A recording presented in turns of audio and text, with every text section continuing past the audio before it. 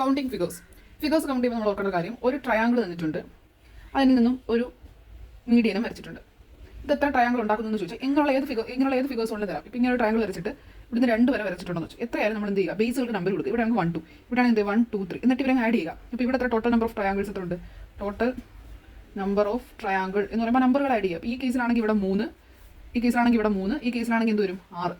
So ഇത്രയേ ഉള്ളൂ ബേസുകളുടെ base numbers എന്ത് ചെയ്യുക, ആഡ് ചെയ്യുക. അതാണ് ഇവിടുത്തെ ട്രിക്ക് എന്ന് പറയുന്നത്. അതാണ് ഫസ്റ്റ് ഒരു മെത്തേഡ്.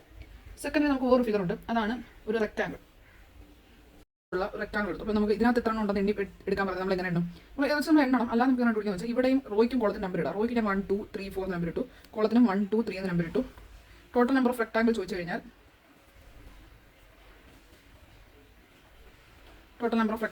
നമ്മൾ എന്ത് ചെയ്യാം, ഇവിടുത്തെ ആഡ് ചെയ്യുക. എത്ര കിട്ടും, 4 3 7 7 3 10. സോ 10. ഇവിടെ എത്ര കിട്ടും, 6 കിട്ടും. ഇനി ഇവരെ തമ്മിൽ മൾട്ടിപ്ലൈ ചെയ്യാം, വിച്ച് ഈക്വൽ ടു 60 ആയിരിക്കും ടോട്ടൽ നമ്പർ ഓഫ് റെക്റ്റാങ്കിൾ എന്ന് പറയുന്നത്. അപ്പോൾ എന്താ, ഇവിടുത്തെ ആഡ് ചെയ്ത് എഴുതുക, ഈ നമ്പറുകൾ ആഡ് ചെയ്ത് എഴുതുക, അവരെ തമ്മിൽ മൾട്ടിപ്ലൈ ചെയ്യുക. ഇവിടെ നമുക്ക് ആഡ് ചെയ്താൽ മാത്രം, ഇവിടെ ഉണ്ട് 2 1 3, ഇവിടെ ആണെങ്കിൽ 6, ഇവിടെ ആണെങ്കിൽ ഇവിടെ നിന്നുള്ളത് സം ചെയ്ത് എഴുതുക, ഇവിടെ നിന്നുള്ളത് സം ചെയ്ത് എഴുതുക, അവരെ തമ്മിൽ മൾട്ടിപ്ലൈ ചെയ്യാം, ഇത് വരും.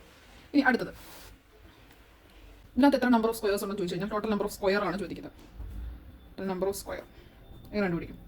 സ്ക്വയർ ആയതുകൊണ്ട് സ്ക്വയറിന് റോയും കോളവും നമ്മൾ എടുത്ത് പറയേണ്ട കാര്യം, കാരണം 1 2 3 നമ്പർ ഇട്ടു. എന്ത് ചെയ്യും, നമ്മൾ അവിടെ എന്താ ചെയ്ത് ഇവർ ആഡ് ചെയ്യും. ഇവിടെ അങ്ങനെ സ്ക്വയറുകൾ എടുത്ത് ആഡ് ചെയ്യുക. 1 സ്ക്വയർ 2 സ്ക്വയർ 3 സ്ക്വയർ. ഇതെന്ത് വരും, 1 2 സ്ക്വയർ 4 3 സ്ക്വയർ 9 14 എന്ന് വരും.